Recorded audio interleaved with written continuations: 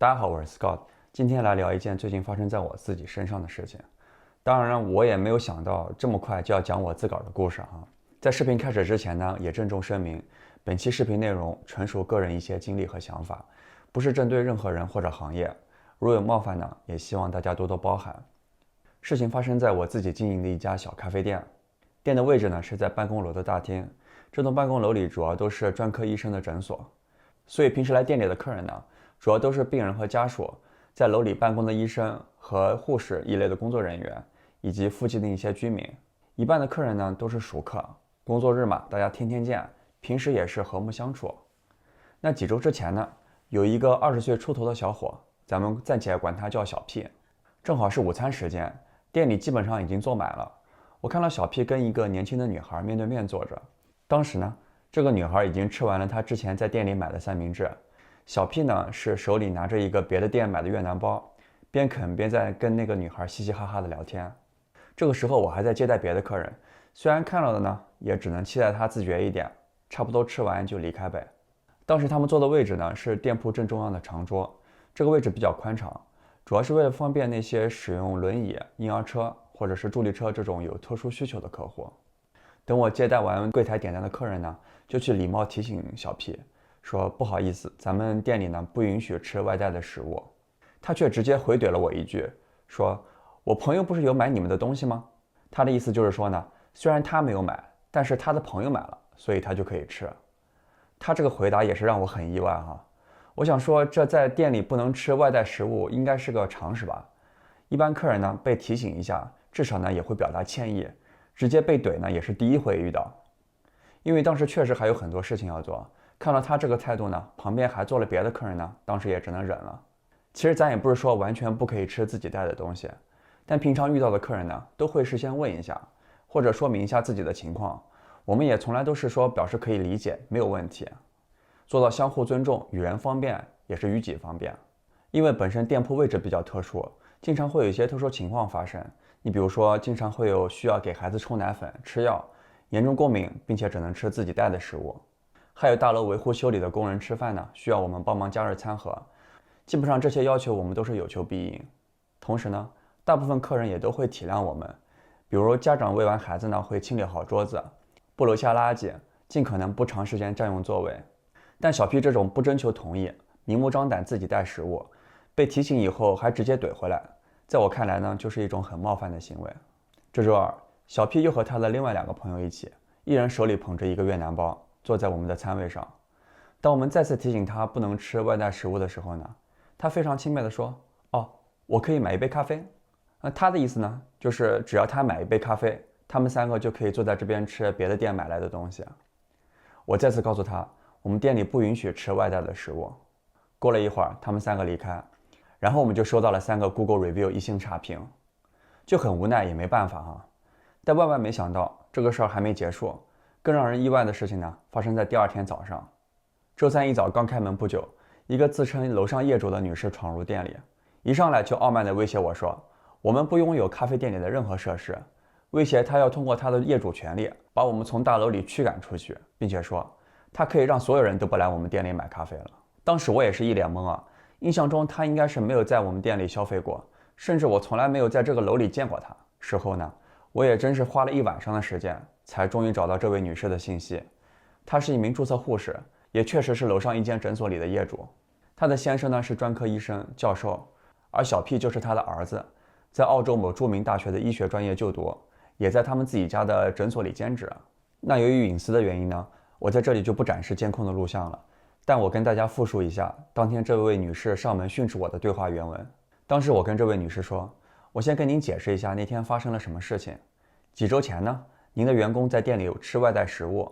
我们提醒他以后呢，他拒绝停止这种错误的行为，态度也非常粗鲁。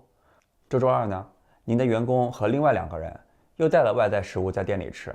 我们只能再次提醒他，并且2次他的态度都非常恶劣，我们只能请他们离开。女士说，这个店不是你的，你不能请他们离开。我说，这是我们的店。女士说，不，这不是你们的店。你们知道你们为什么会有客户吗？你们有客户是因为我们这些医生们。女士接着说，我可以让所有人都不来你们的店。你知道我们给你们送了多少客户吗？我说：“这不是公共区域，外面的这些桌子椅子都属于咖啡店。”女士打断我说：“这不是你的，你只是在这儿工作。”我说：“不，这是我们的店。”女士又打断我说：“你不可能是这里的老板，我可是这里楼上的业主，我可以把你们踢出去。”这个时候呢，女士又带着威胁的口气，拍着柜台警告我说：“这是别人的店，所以你们停止吧，这是最后一次。”事情发生以后呢，我们立刻和物业报告了这个事件，物业也很重视。那因为当时也不知道究竟是哪位业主，也是请物业去帮忙调查确认。我自己也不能理解这位女士的过激行为啊，说实话，真的是非常气愤。所以也在不停地去回想前一天发生的事情经过。过了2天后，物业经理打电话给我，非常无奈地说，让他们道歉呢是不可能的。物业说：“你也知道，这位女士呢今年50左右了，她是第一天这么傲慢的吗？他们很有钱，有势力，可以请很贵的律师，想怎么搞你就怎么搞你。最好的选择呢就是别吭声，忍着吧。”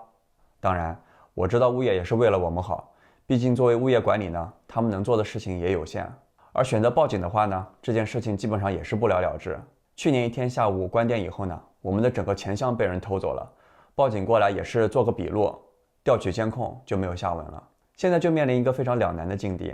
总有人自带食物，吃完以后拍拍屁股走了，留下一桌子垃圾要收拾。想要进店的客户一看没有地方坐，转头走了。选择忍气吞声吧，就损失生意；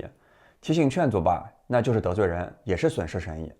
无论哪种结果呢，都是我这个小店无法承担的。尤其是现在，澳洲通胀压力大，大家天天勒紧裤腰带过日子。作为小生意呢，一方面房租、物料、人工成本猛涨。你像今年新财年一开始，房租涨6%，电费涨30%，物业涨20%，保险涨10%，更别提物料涨价通知跟雪片一样，每天都收到。这哪一样都得受着，不能不交，没有一样能逃得掉。另一方面呢，大家口袋里可支配收入减少，消费降级，消费意愿也低，所以维持小生意运营本身就是一件很困难的事情，更别提再遇到这种不讲理的人。说到这儿，估计有人得说，你开店不就是赚这份钱的吗？有啥好抱怨的？说实话，开店几年，客户千万，但像这次这样还是真是第一次遇到。虽然当时很气啊，但是谨慎起见呢，我还是去冷静地搜索了一下，以确保自己主张的权益呢没有过分。其实在世界上绝大部分餐厅里呢，都是不允许外带食物的。一方面是咱们之前就提到的原因，餐厅本来就是依靠贩售餐食存活的，而一家店的位置呢也是有限的。你把别家的东西带过去，问也不问一声，上来3个人，啪一下坐那儿，开始有吃有喝的，占着一张桌子。如果今天换做您是餐厅老板，您能接受吗？虽然很多时候可能餐厅会选择忍气吞声，并不会直接驱赶，毕竟和气生财嘛，而且有可能会发生冲突，影响旁边客人的用餐体验。但在用餐高峰时段呢，座位紧张，一般还是会上前礼貌的去提醒一下。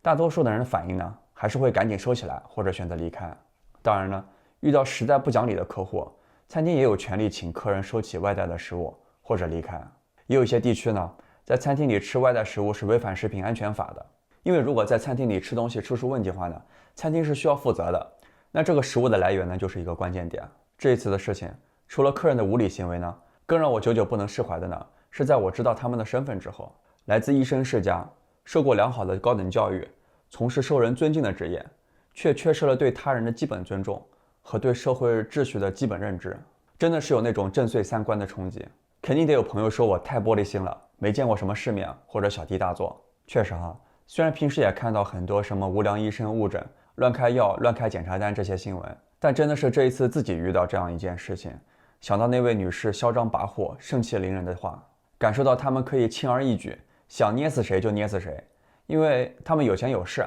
可以不尊重别人，想怎么样就怎么样，反正请得起最好的律师。如果有一天，当我们自己和家人遇到这样的医生，那不就是像砧板上的肉，任由处置？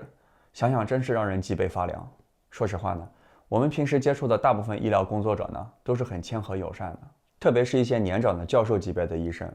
有时候呢，他们看诊或手术结束的晚呢，那个时候我们已经准备关门了，帮他做一杯咖啡，一个简单的三明治，他都会再三感谢。他是感觉耽误我们下班了，一个劲的说抱歉。还有之前疫情的时候，虽然人流量少呢，我们也坚持开门营业。很多医生每天来买一杯咖啡，一边感叹上班不用喝速溶咖啡感觉很幸福，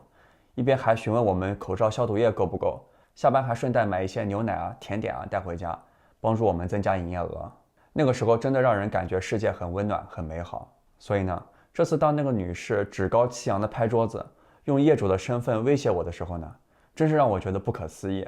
一边是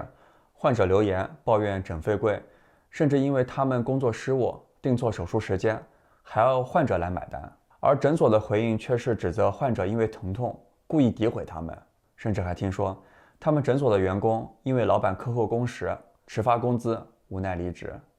而另外一方面呢，他又在社交媒体上晒自己奢华的生活，豪车豪宅游艇 party。 在我看来呢，不要说作为一个医生，咱们就谈作为一个人，也要懂得对别人的最基本的尊重。病人把生死交给你，是对你的信任，也是很无奈的。不应该利用这种无奈，把治病问诊、救死扶伤变成一个捞金并且克扣他人的工具，甚至利用自己的金钱、地位和势力去恐吓要挟别人。最后呢，附上著名的希波克拉底誓言，衷心祝愿朋友们在生活中都能健康平安，在需要时都能遇到医术高超、心地善良的医护人员。